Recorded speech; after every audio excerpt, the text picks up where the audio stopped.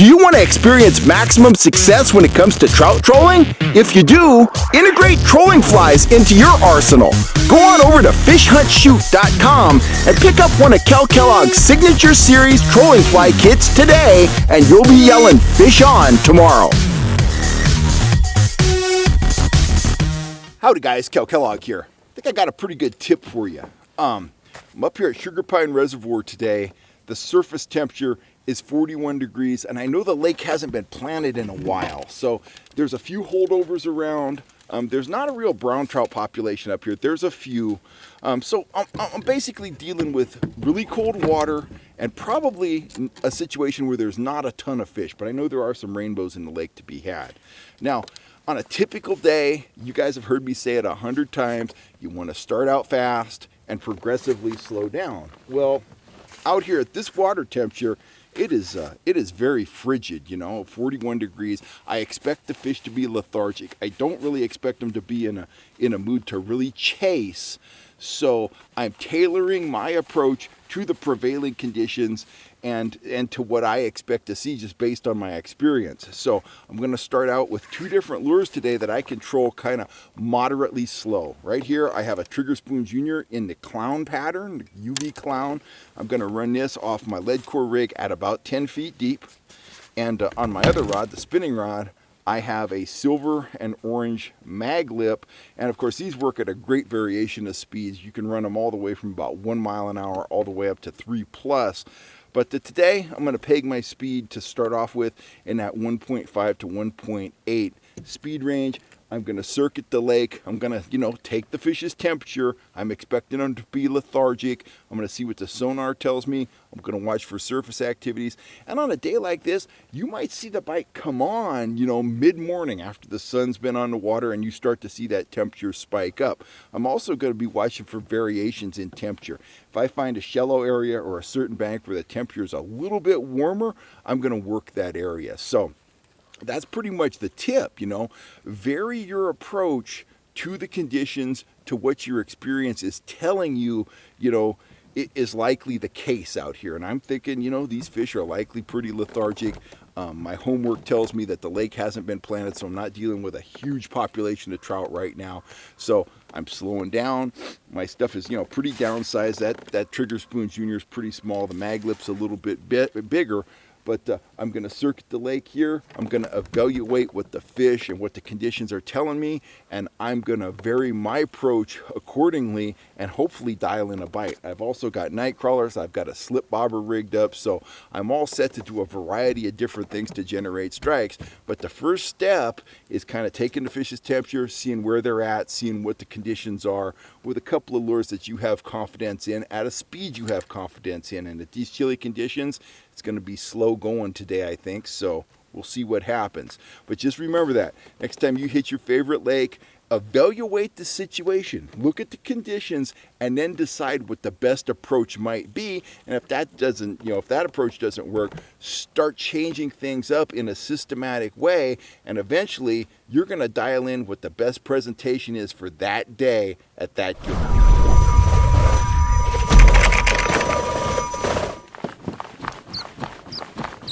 On the mag lip. Fish on the mag lip.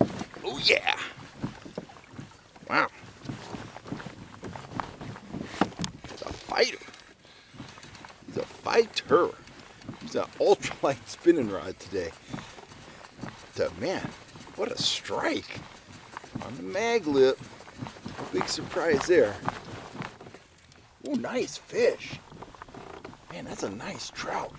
That is a beautiful trout. Huh. Got a square tail. What a beauty. I don't want to try to lift him. I want you to see this fish. I'm going to let him go. But man, that's a nice fish. Let's see.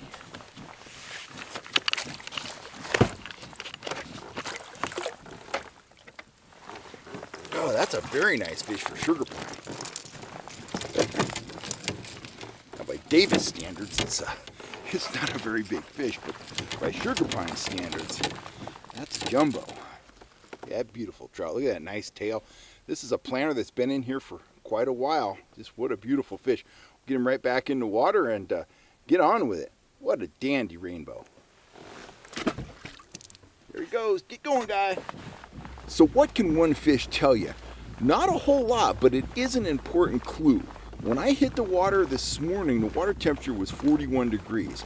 Now, in the sunny areas here, it's up to 42.5. That's a 1.5 degrees rise. I'm still pulling the same 2 lures I put on this morning. I've got a spoon over here, a small spoon, Trigger Spoon Junior, and the mag lip over here, top line. The Trigger Spoon Junior's down around 10 feet. As the temperature started peaking up, I started concentrating on these areas that have been exposed to the sun the longest, because I know from experience during the late fall, winter, and early spring, lots of times the bite window is right in the middle of the day when the water temperature peaks, anywhere from 10 in the morning to about 1, maybe 2 in the afternoon. When the water temperature is at its highest, the fish are cold, they're lethargic. They'll move into those warm water areas, they'll seek out the warmest water they can find, they'll feed for a little while, and then they spend the rest of the day in a semi-dormant state. They're not willing to chase, they're not even really willing to feed. They're just in survival mode, and every day at about the same time, if you get the sun, things warm up, they do put in a little time feeding to, sustain themselves.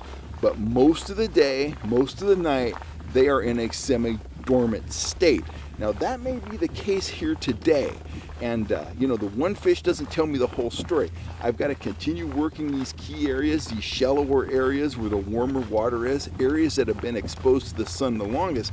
And I got to keep my eyes on them. Obviously, I'd like to catch another fish, but I'm also looking for surface activity, stuff like that. Clues that are going to confirm that I'm getting into the bite window.